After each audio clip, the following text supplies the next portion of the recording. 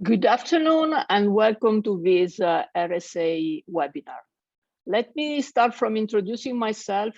I'm Roberta Rabellotti, Professor of Economics at the University of Pavia in Italy. And the scope of this panel is to discuss how cities and regions can build and embed and reshape global value chains. So we can say that the three keywords of the workshop are building, embedding, and reshaping of value chains. In the post-2020 EU cohesion policy, global connectivity and GVC take center stage and are more and more important than ever for recovery after the pandemic. So with this panel, we would like to contribute to a wider discussion on regional innovation and smart specialization strategies. And in particular, we would like to contribute on the role that regional governments can play in co-creating and capturing value opportunities in GVC. But this webinar is also the opportunity to present a new RSA impact book on global value chains and regional innovation, written by Oliveira Harman and Riccardo Crescenzi, which will be available in early 2022. This topic is of great interest, and I'm really glad that Riccardo, together with Oliver, have extended some joint work I published some years ago with Riccardo on the role of regional socioeconomic conditions on the location decision of multinational with respect to the different stages of the value chains. So before giving the floor to the panelists, let me give you some information about the organization of the panel. We will first start with the first round of brief interventions by the four panelists, followed by a second round of comments, and then there will be space for some questions from the audience. So you will be able to participate using the Q&A function on Zoom. So without further ado, let me introduce the four excellent panelists we have here today. And I will introduce them following the order with which they will intervene. Let me first introduce Oliver Harman. Oliver works as an economist for Cities That Work, an international growth center initiative based at the Blavatnik School of Government at the University of Oxford. He previously worked on several local programs across Africa, Asia, Latin America, and Europe. Oliver will be followed by Daria Taglioni, who is research manager in the Trade and International Integration Research Group at the World Bank Group. She has been the lead researcher for the World Development Report of 2020 on GVC. And previously, Daria has worked at the European Central Bank, at the OECD, and she has also published in top journals such as American Economic Review and the Journal of International Economics. Daria will be followed by Joaquim Oliveira Martins, who is the special advisor to the EU Commissioner for Cohesion and Reforms, and he is also a lecturer at the University of Paris Dauphine. Before, Joaquim was a deputy director at the OECD Center for Entrepreneurship, SMEs, Regions and Cities. He also led the OECD Regional Development Policy Division, and within the OECD, he had several positions working on many different issues as diverse as trade and globalization, global warming, competition, education, and public health. Last but not least, Riccardo Crescenzi is professor of economic geography at the London School of Economics. Riccardo is currently holder of an ERC grant.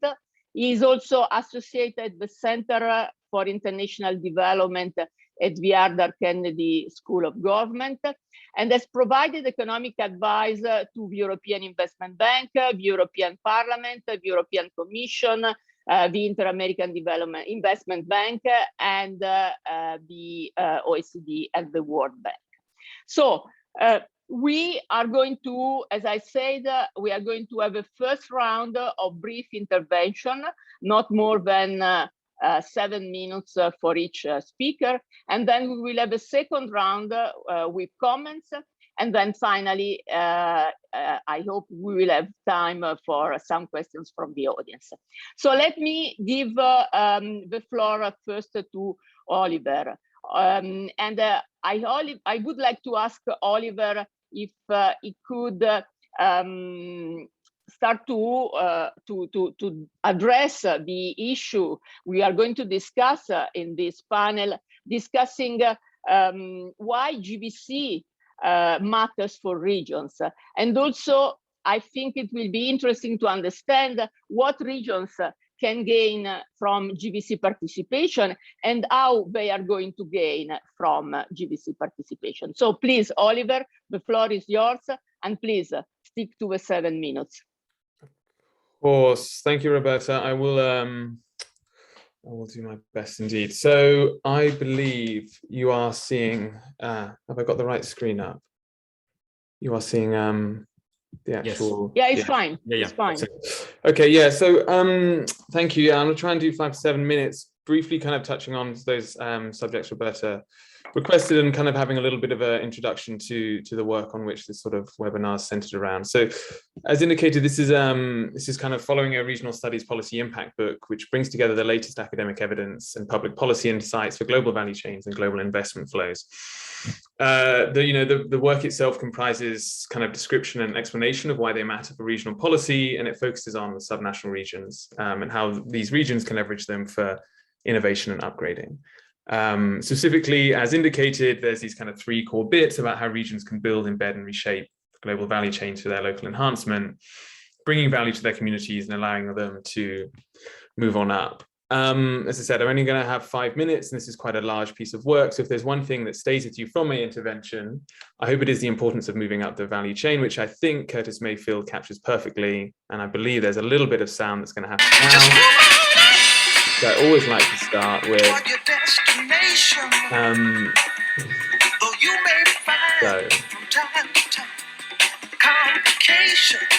I think that captures it perfectly. Moving on up towards your destination, but you may find from time to time complication. It's not just a matter of building connections with global value chains, but embedding and reshaping them too.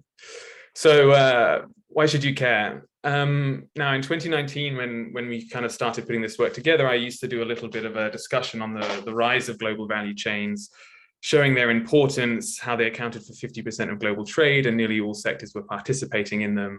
But then there was this little disjuncture between global value chains in the academic literature on the left, which was kind of keywords in books, and the global value chains in the policy discussion on the right, kind of which is gauged here by search intensity. It's imperfect, but it kind of works. And then I would often go on to discuss this kind of it not being a matter of whether to participate in the global economy, but how to do so gainfully. I think this quote is very useful to highlight the importance of policy engagement on global value chains. And I also think every presentation on global value chains, it's good to have a Gary Gareffi quote in there, since he was one of the founding fathers in a way.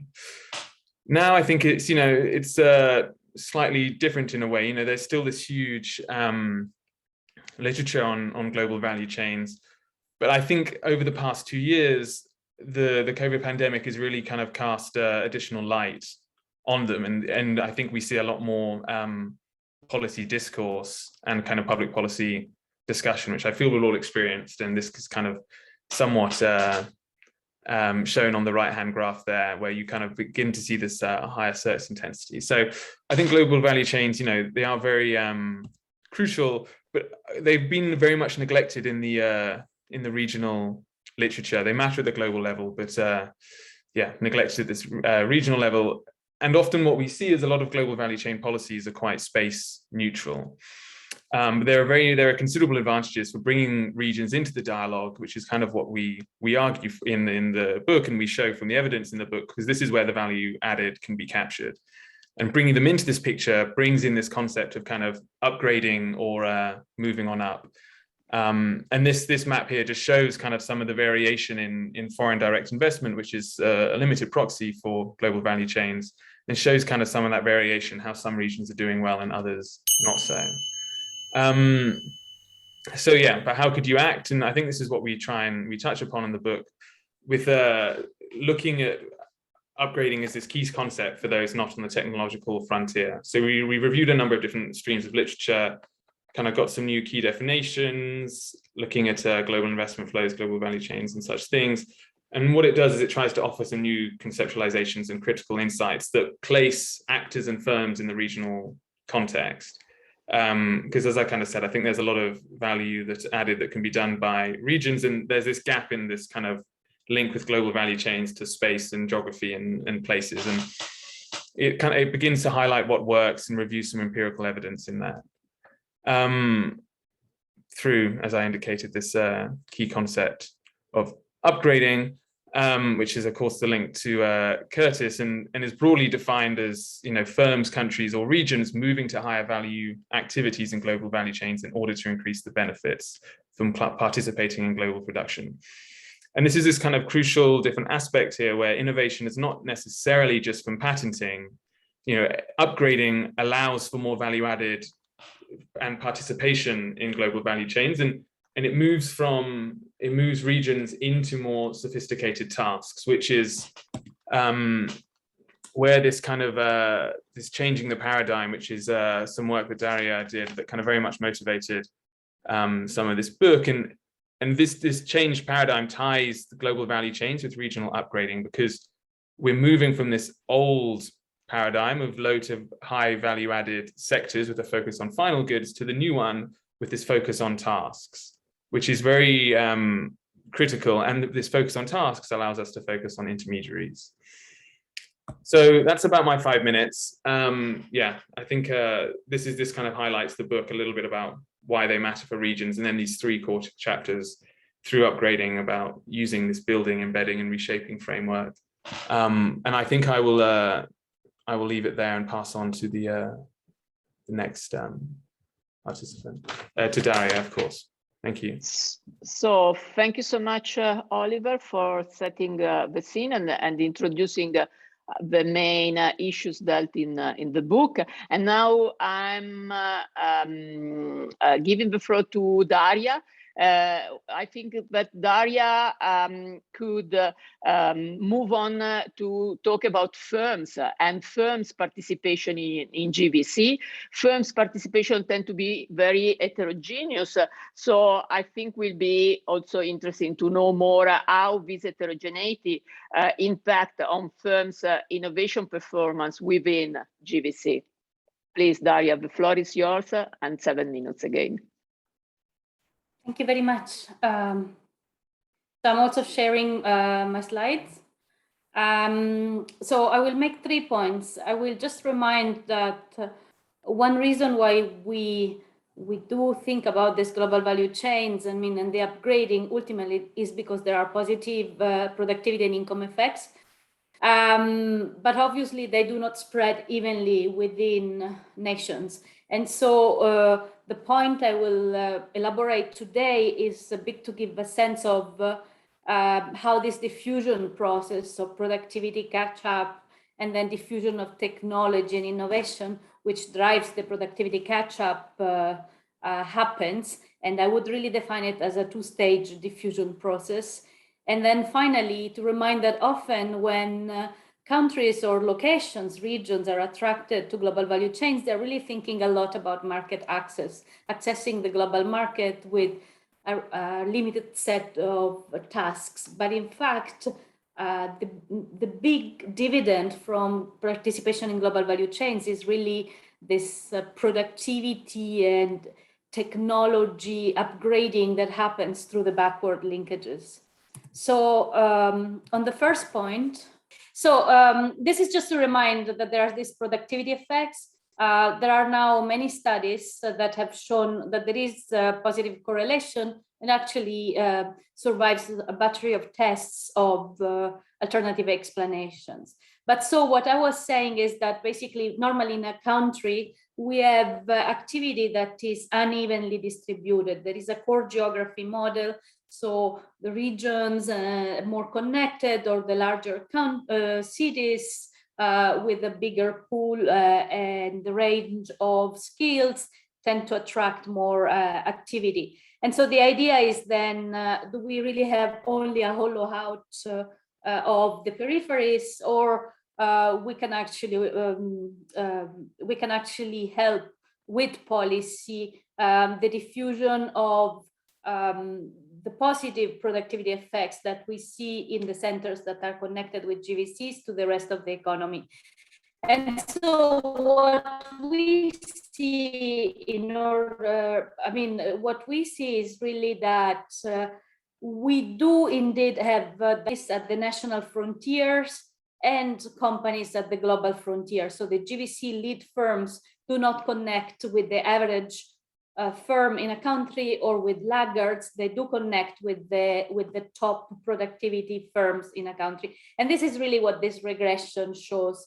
And that there are two channels in which this type of positive productivity effect happens. And one is the technology creation at the GVC frontier, on which the national frontier firms that are connected to it are closely embedded, and then the catch up. So how fast this national frontier manages to keep up with the global frontier. But then as I said, we have the rest of the firms in an economy. And so what happens to these ones is that they are not very sensitive to what happens at the global frontier, but they are very sensitive to what happens at the national frontier. And so we can really use this type of diagram to show what happens. So on the blue arrow, we have that the GVC frontier global lead firms. This was an application to Europe. That's why non-Central and Eastern European countries. It was from a work we did. It's called Critical Connections, and it was about promoting economic growth and resilience in Europe.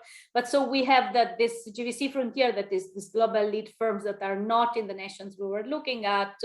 They integrate the national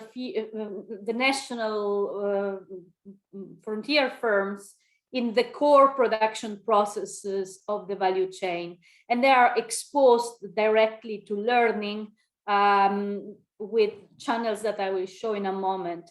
Then these national frontier firms that are these most productive firms in a nation do outsource the non-core capabilities to the ecosystem. And so the remaining firms are exposed normally to the benefits from participating in GVCs by upgrading in these non-core capabilities. Obviously, there is also a whole literature about the transition of how much laggards can then become national frontier or lead firms. And I think there is a lot to do that and to understand how the geography impacts that. But the idea is that really this second leg really works through the domestic networks, because these firms will have access to foreign multinationals only in an intermittent way and normally on peripheral tasks of the GVC activity. And I think that policy has to really keep in mind that there is this mechanism, is a positive mechanism, and that antagonizing policies that create more domestic connectivity with policies that create more international connectivity is probably the wrong way to go. So we need both. We need the global ecosystem to work, and then we need the domestic ecosystem to work. And I mean, this is also shown in numbers, but it's just saying what I said, that the laggards are not reactive to the global frontier, but they're reactive to the national frontier. And the other point is really that when we try to decompose whether it happens through forward linkages, which really means access to the global demand instead of the national demand, versus backward linkages, and then we compare this with the other drivers in any growth of solo style growth regression, like traditional trade or gross savings, we see that this backward linkages are the ones that are really most powerful. And so we know from a rich literature that there are many channels at work, and it is because you get access to inputs at a reduced price. You have access to greater varieties. There is a better matching of your own capabilities, which are limited with capabilities of the global markets. And there are feedback loops in terms of this tacit knowledge that diffuses through the system. I'll stop it here. That's my point for now. Thank you so much, Daria, also for respecting the time.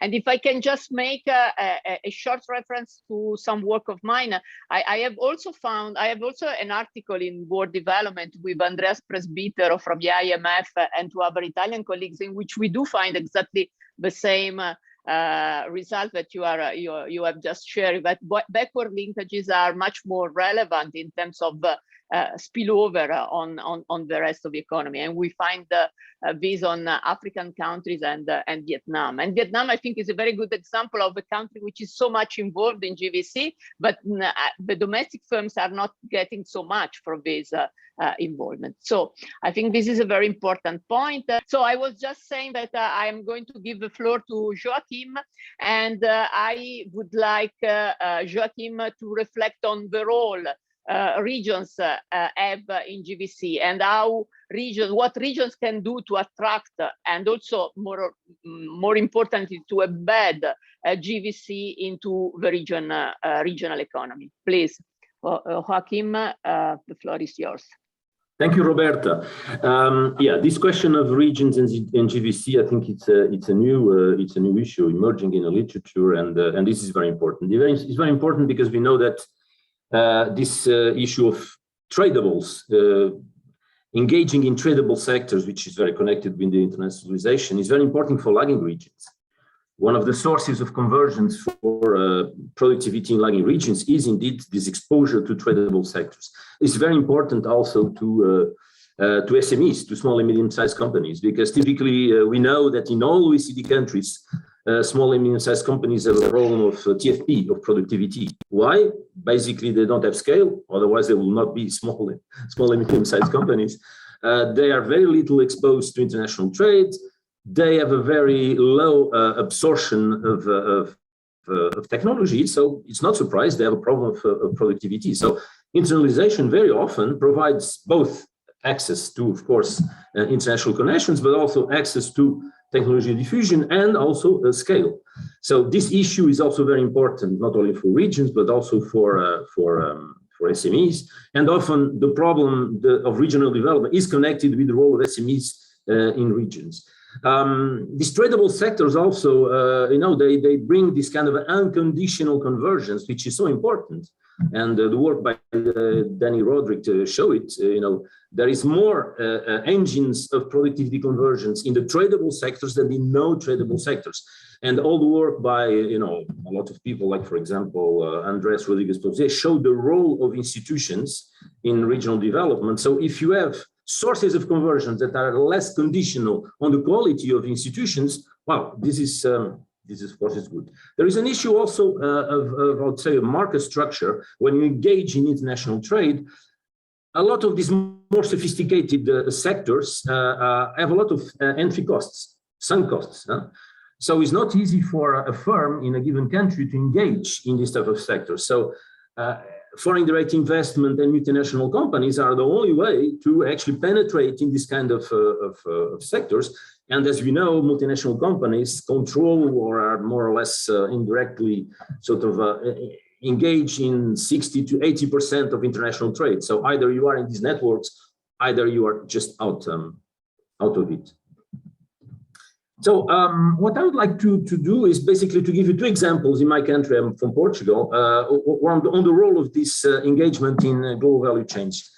The first example is a very positive one. It's in the city of Braga, in the north of Portugal, where very recently there was another kind of foreign direct investment. So it was Bosch, the German company, that created for the first time, not an outsourcing or assembly type of thing, but a R&D center in Portugal.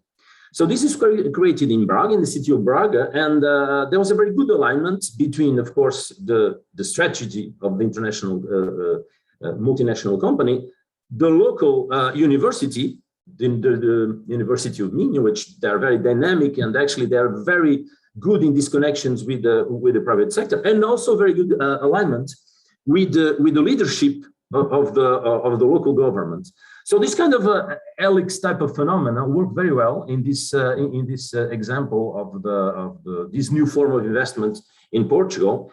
And I spoke with the people that were engaged with this investment, and basically they said the public sector was not very strategic in necessarily attracting this investment, but the private sector had a strategy.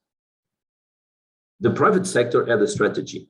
Of course, the university and the public sector replied to this strategy by the company, but at the beginning, I think there was not really a very clear sort of strategy. So it's very important indeed that the regions understand, this phenomenon, because private companies are always place-based.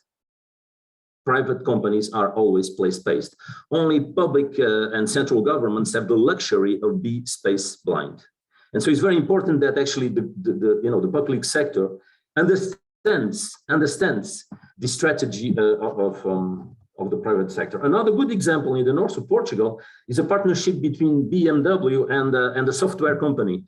The software companies have this thing that you can create a software company with very low capital. Basically, you need 3 or 4 or 5 good brains, computers, and you can enter the software sort of a segment of the market. This Portuguese company sort of grew, became a very important software company, and then they have a very good partnership, a very balanced partnership with BMW. And this is a very good example of this new kind of FDI. And of course, this is a very important role in the region because there is a lot of spillovers. Another example in Portugal is in Lisbon, where a French very large French international bank just delocalized huge segments of their compliance services, international financial compliance services. There are more than 6,000 people of this bank in Lisbon. But basically, what they are doing is like a platform.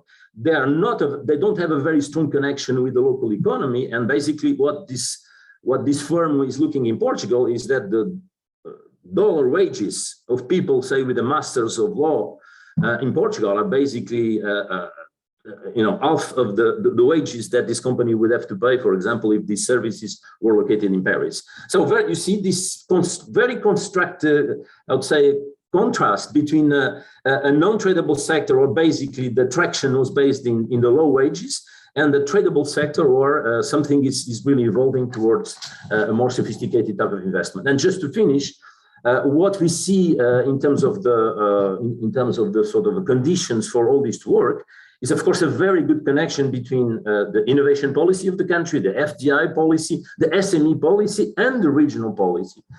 These 4 policies need to structure, in some sense, the ecosystems in accordance to the economic structure of the country, the endowments, human capital, physical capital, etc.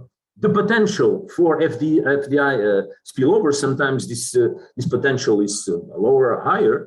The economic geography, factors. For example, in this example of Braga, there was already there a cluster, a very dynamic cluster of firms, and of course the SME absorbed capacities, the local firms absorbed capacities. I think Riccardo made this point very important. Very often you have these investments, but actually the local actors don't have the capacity really to absorb this technology and this knowledge. So this articulation, this coordination across different lines of policy require indeed a very strong governance system. And this, I think, is also one of the key conditions for this kind of system to work.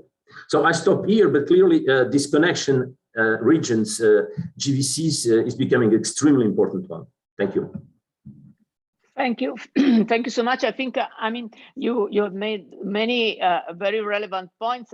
And I think that now I'm giving the floor to Riccardo, and I think Riccardo could elaborate maybe more on the role played by regions in attracting FDI, and in particular, maybe also discussing the role that investment promotion agency at the regional level, what investment promotion agency at the regional level could do in terms of attracting FDI. But of course, the issue is not only of attracting FDI, is also making the benefit of this FDI spreading to the regions. So Riccardo, your 7 minutes. Thank you, Roberta. Yes, exactly. I think Oliver, Daria, Joaquim touched upon very important points on how, first of all, GVCs are becoming a more critical topic following the pandemic or in relation with the pandemic, and how finally regional policies in Europe and beyond have been becoming more and more sensitive and GVC sensitive in their unfolding. Today, the Asian Infrastructure Investment Bank report will be launched and will touch on this issue with reference to a completely different region, with reference to Asia, how important GVCs are for regions and, for example, infrastructural policies. So I think this is becoming like a growing importance, a topic of growing importance in Europe, with a dedicated tool for GVCs in less developed regions, but well beyond that, in Asia and in other continents. However, participation in global value chains is not something that works for everyone. Like Daria emphasized, it depends very much on the type of firms and then on the geography of these firms. And so the fundamental question becomes how to reshape global value chains to the benefit of regions and regional innovation. This is something that with Oliver we try to tackle head-on in the book, trying to review the evidence on the fundamental question of what works in practice. Because I think we have made and we are making this important like conceptual movement in saying we need to take into account GVCs, and we know that GVCs matter, but their impacts are usually heterogeneous. But then the other fundamental question that we need to address is how, if we can use public policies in order to reshape global value chains, if there is something that public policies can do. I think Joaquim offered a very interesting example of how regions and countries can organically develop linkages and embed global value chains. He mentioned the role of the private sector in doing so. But then what is the role? What role can public policies play? And specifically to the interest of this panel, what is it that regional policymakers and regional public policies can do? So the fundamental question is what works in practice. And let me just share a simple diagram that we produce with Oliver in the book in trying to try and simplify this idea. And really, when we think about specific segments of the value chains that are often controlled by multinational enterprises, we can think about the M&E that controls the chain or a specific segment in the chain. This company engages through different type of activities, controls activities in different regions, in a multiplicity of regions. And if we focus on a particular region, our region D, in our particular example here, you can see there is a generation of inward and outward flows that can be about capital, can be about labor flows, can be about flows of ideas, or more generally, foreign direct investments. that are one particular typology of these flows that bundle together these movements of individuals, capitals, and capital and ideas. And this generates the subsidiary of the company controlled by the multinational then establish linkages with the local economy through building linkages with suppliers, with different type of relationship with domestic companies. And these linkages can be localized, can happen within the region, can involve other regions, so be extra regionals or truly like international. So what is the role of public policies? The first thing is to understand this, and what Daria was mentioning, that some firms can play this role, other firms cannot be part of these complex chains. But what is the role of public policies? When we look at the tools that have been used in order to facilitate the development of these linkages, we can think about the use of regional investment promotion agencies. So agencies that tried and facilitate regions in building these linkages and building these linkages in a way that is strategic to the regional interest. And we have seen on a smaller scale, so it's less developed precisely because there is less thinking about investments and global connectivity in a GVC perspective, local content on local linkage units that had the precise objective of facilitating the development of local linkages and increasing the local value addition of specific hubs that get connected to value chains. So how to make sure that these connections happen and that the GVC hub or the foreign company that operates in the region does not remain a sort of ivory tower, does not remain a cathedral in the desert, does not remain completely isolated from the regional context, making it impossible for the benefit, the GVC dividend that Daria mentioned before, mostly through backward linkages, to materialize. So it's how to facilitate the development of these linkages. And these are like the key tools that have been used. What is the evidence? Do these tools work? Or do they work only when these things happen organically already, like Joaquim mentioned? This is the fundamental question. So it's a wide-ranging research agenda that calls for the use of data sources, collection of new data, et cetera, et cetera. I just want to mention one particular example that is, I think, good news for regions in Europe and beyond, and is about the impact of regional investment promotion agencies. What is it that the regional investment promotion agencies can do in order to establish these linkages? And this comes from a recent joint work with Marco Di Cataldo and Marajua on the Journal of International Economics, where we compare the impact when we compare a region that is implementing a regional investment promotion strategy through a regional investment promotion agency vis-a-vis a statistical counterfactual. So a region that is built statistically, that has exactly the same characteristics, except for the fact that it doesn't have an active regional investment promotion policy. And this is the evidence specific for less developed regions, the one that cohesion policy is going to target. And what the analysis of a very large sample of regions in Europe shows is that, in particular with reference to less developed regions, and in particular with reference to knowledge-intensive investments, the type of investments that Joaquim was referring to. So this is about R&D, this is about innovation activities in less developed regions. Active regional investment promotion agencies can generate a significant advantage in terms of additional investment being attracted to the region.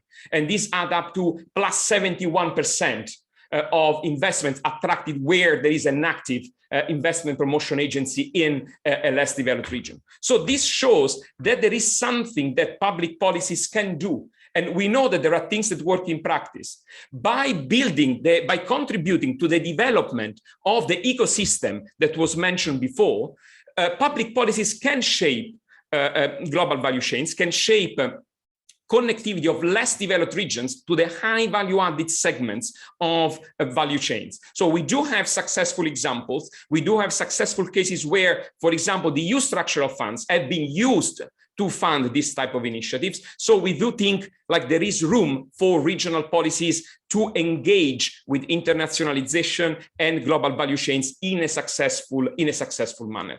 And I leave the floor to the rest of the panel to engage in a further conversation on what works for regions and their engagement in global value chains. Thank you. Thank you so much, Riccardo. I think, I mean, there are many different dimensions and interesting points which have been proposed in these 4 interventions, and there is about I would say 15 minutes for a second round of interventions and for further discussion. But before giving back the floor to the panelists, I would like to make a question, and in particular, I would like to add one dimension which I think has not been so much addressed so far, and this is the role of the need to deal with resilience in GVC. I mean, the issue about GVC resilience is one of the main issues which have been so much discussed with respect to GVC in this last year, I would say. But I mean, as far as I know, most of this discussion is about resilience and what can be done by national government in terms of dealing with resilience, and so discussion about what government could do in terms of guaranteeing the supply of key essential products and so on and so forth. So the different strategies which have been proposed tend to be always very much at national level, national procurement strategies or buffering strategies in some essential goods. So my question is, how the important role of regions, which I mean, in all your intervention have been clearly emphasized, and I fully agree, but there is a key role for regions in GVC, how this can be impacted, and how GVC regional policies could interact with these GVC resilience policy, which tend all to be at national level. So this is my question, and I would suggest that I mean, in principle, we can follow the same order, but I think also we can, if some of you would like to intervene immediately, I mean, maybe you should try to stick your intervention to 3 minutes, maybe something like that, so that everybody has the time to get back for a second round. So if there is not any pressure to, okay, Joaquim, the floor is yours. I can start. I think, you know, what I said about the strategy of the private companies, of the multinationals, they are place-based. I mean, when a multinational look at a place, at a country, etc., they look at the combination of several dimensions that would make this investment particularly interesting, profitable, right? So if the companies are place-based, right, the public policies also need to be place-based. And what is sometimes problematic, often, the public policies are not place-based. They are very uniform. They don't take into account enough of this specific capital of regions. And of course, this is a problem because a company is looking at a special combination of conditions, and the government is I'd say, you know, for example, the central government is proposing a very general type sort of environment. But of course, central governments are very important. For example, there are, you know, there is an indicator produced by the OECD on the regulatory sort of environment for attracting FDI investment, and it's very important indeed that the rank, the country ranks well at the national level in this type of indicator. But then, of course, central governments cannot be completely place-based, because otherwise they would have to have as many policies at different types of regions. I think there was one question of one of the auditors about precisely these issues about the different types of regions.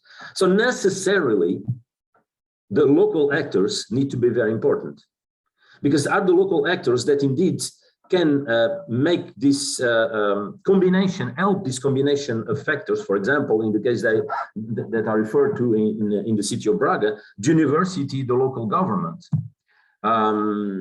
So all this speaks about governance. It speaks about indeed alignment and dialogue and collaboration and cooperation across levels of government. And this is the kind of sort of multi-level governance type of conditions that for example, the OECD insists a lot when you design this type of regional development strategies. Of course, this is complex, not necessarily complicated, but complex. That means you need to accept this kind of complexity associated with a higher devolution of competencies, responsibilities at the local level.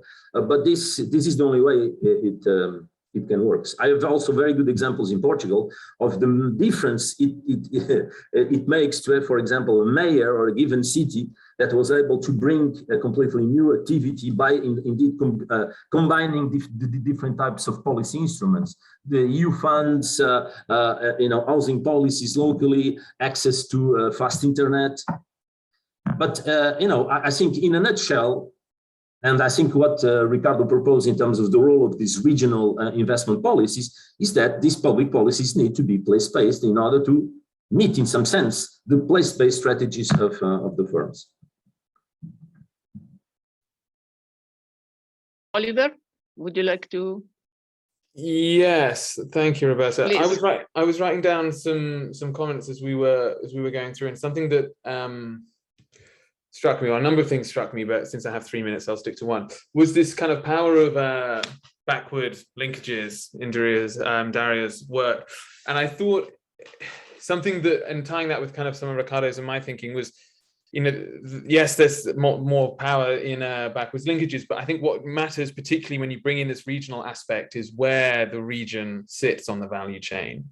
And this is where we kind of talk in the book about global value chain mapping. It's like understanding where your region is and where your firms are, because some regions will be like sort of downstream in the value chain. And therefore, actually, it might be the forward linkages that kind of make more sense, because you don't necessarily want to jump from, or you can't jump from one side to the other. You want to kind of incrementally build on that, the skills and knowledge and local socioeconomic characteristics that your region has.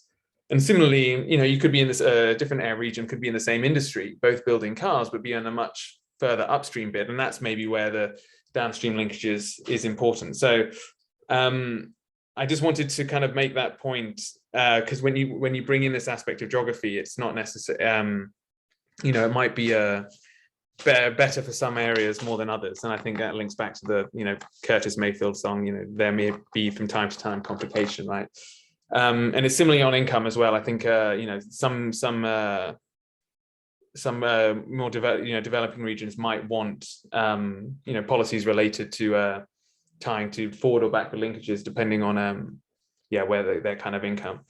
I will just briefly touch upon I think also what's important in this upgrading story is, and I think we touched upon it as well, I wrote this comment at the beginning, but it is a very powerful tool for developing regions to catch up. It's not necessarily at the technological frontier, where arguably it's a lot harder to push the boundary, because you are looking at different aspects of upgrading. Some of these things have been done before, so it is that matter of incrementally building on the skills your regions have, and there is a lot of power for them to catch up, and that ties with what Riccardo was saying with the regional IPAs, right? They work very well when there's this big kind of information asymmetry, this big information gap between what the region wants and kind of what investors might want, because they can close that quite quickly, and that's where they seem, at least in some of the case studies, to be working best. I have some thoughts on resilience as well, but I will leave that for others for now, and maybe we can come back to it in a moment. Thank you. Riccardo, Daria, would you like to make any comment? Yeah, sure. So on the resilience, and also related to some of the comments that came through the chat.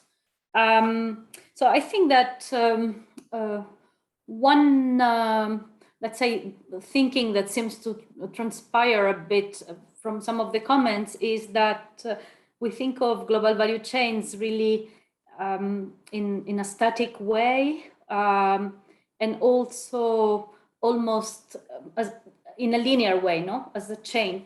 But in reality, we know that global value chains really, first of all, are a misnomer, because they are really production networks more than chains, and they are themselves changing a lot.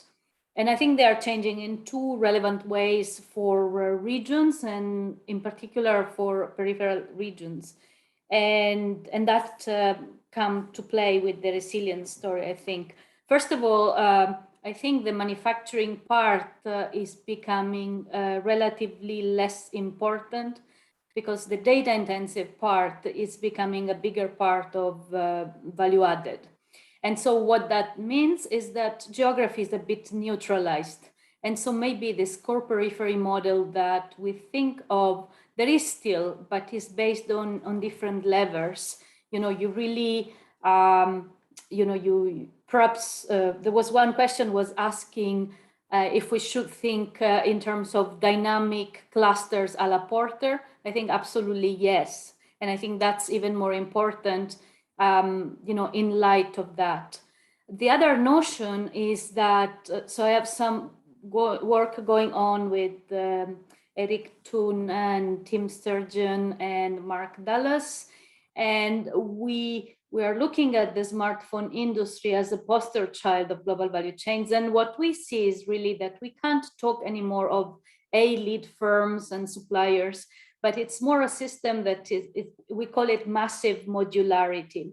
And so this massive modularity, it's, you know, like even companies like Google or Alphabet or Facebook and so on, they are not able to function properly if there weren't an ecosystem of equally important firms that do tasks that are embedded in what we perceive as consumer, the final product of these companies.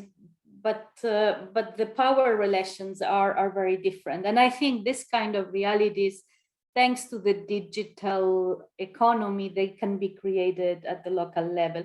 And the more we understand how this transition is happening, the more we are able to create opportunities in regions by also, as absolutely Oliver and Riccardo said, and they write in the book, understanding the spirit of the region, and then with a view at creating a breadth and a variety of tasks. And the last point I want to make is that I do not think that firms and value chains locate in a place in abstraction of what happens to the local economy. I think that's a bit the old model where probably, you know, the labor costs were a big driver, and so they were only looking for efficiency, and that was enough. I think that really, given where the, let's say, the growth enhancing value chains are going, they are looking for a set of capabilities and a richness of capabilities, which makes the decision of locating very much correlated with economic dynamism locally. So all to say that it's true that it's a complex system, but I do think that really working on the human capital, working on the connectivity between firms and therefore the districts, you know, going back a bit to the concept of district, of offering packages of tasks and moving dynamically and connecting finance in the proper way to the economic reality and to the skill set that that particular region can offer. And so customizing the finance and customizing the local research, it's really what is needed to find space in this new value chains that are also themselves becoming more modular. So it's like almost the region should think of themselves as a modular unit that can plug and play in different value chains. Sorry for being a bit long, but yeah, I hope I was clear at least. Thank you, Daria. Riccardo? Thanks, Roberta. Very, very, very quickly, I think lots of important points have been touched upon already. I also wanted to connect with some of the questions in the chat.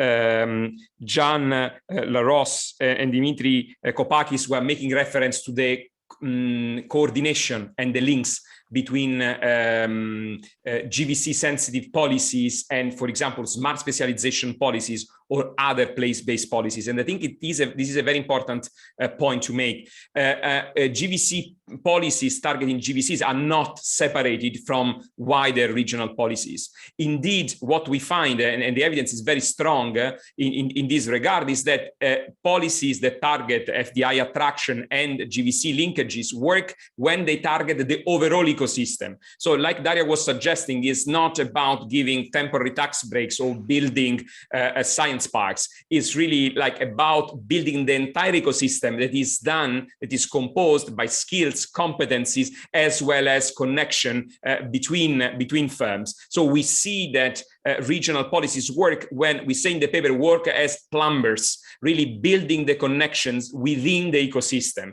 And that's why it is a task that is most successful. We compare the impact of national versus regional policies in this regard, and it works best at the regional level because that's where these agencies are closer to the investors on the ground and to the agents, and can really work as plumbers on the ground, building this type of connections.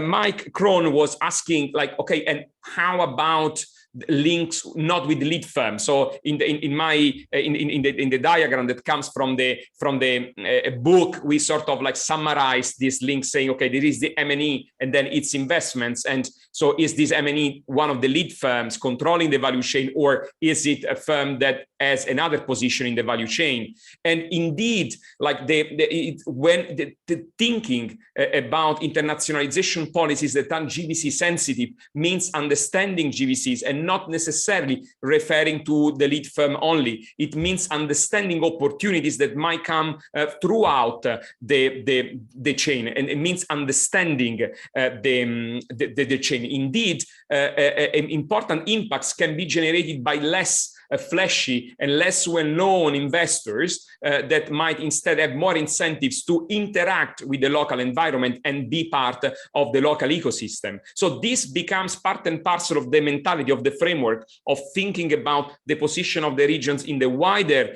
international economy, but understanding how the global economy works more and more in global value chains. And another like very minor remark, but I think it's important, the simplicity versus complexity.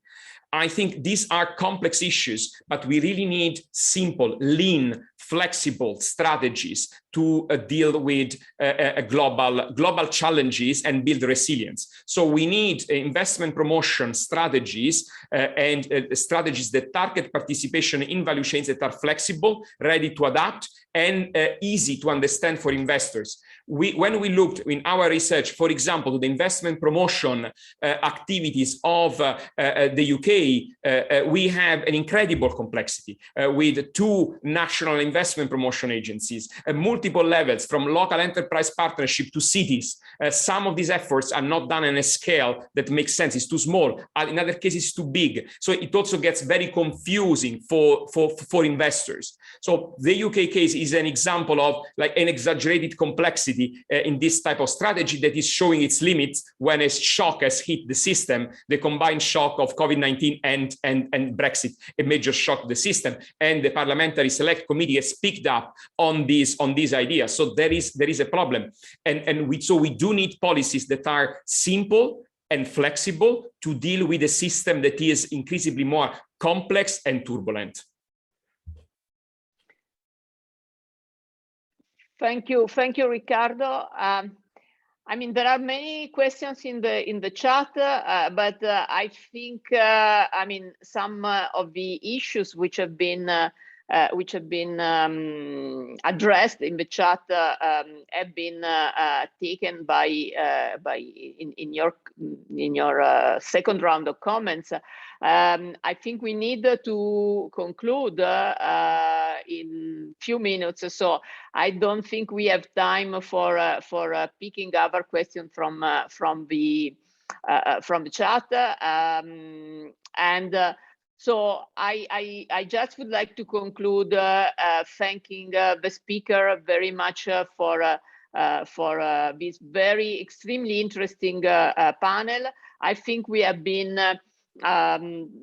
we've dealt with many very burning issues. I think the conclusion, if there is a conclusion from this panel, is that definitely there is a key role for regions in GVC, and regions are somehow in a privileged position for dealing with GVC and for making the GVC really embedded in local territory, and for allowing that the different cities and regions really could benefit from GVC presence and participation. So thank you very much to the panelists. Thank you very much to the audience for your participation.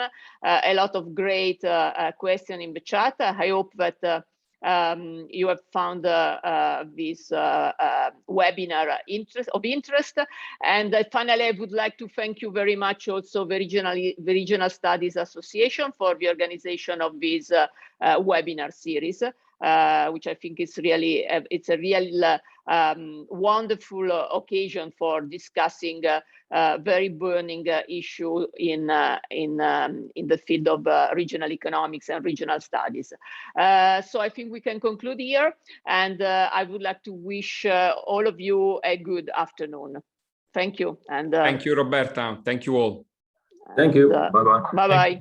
Bye to everybody. Okay.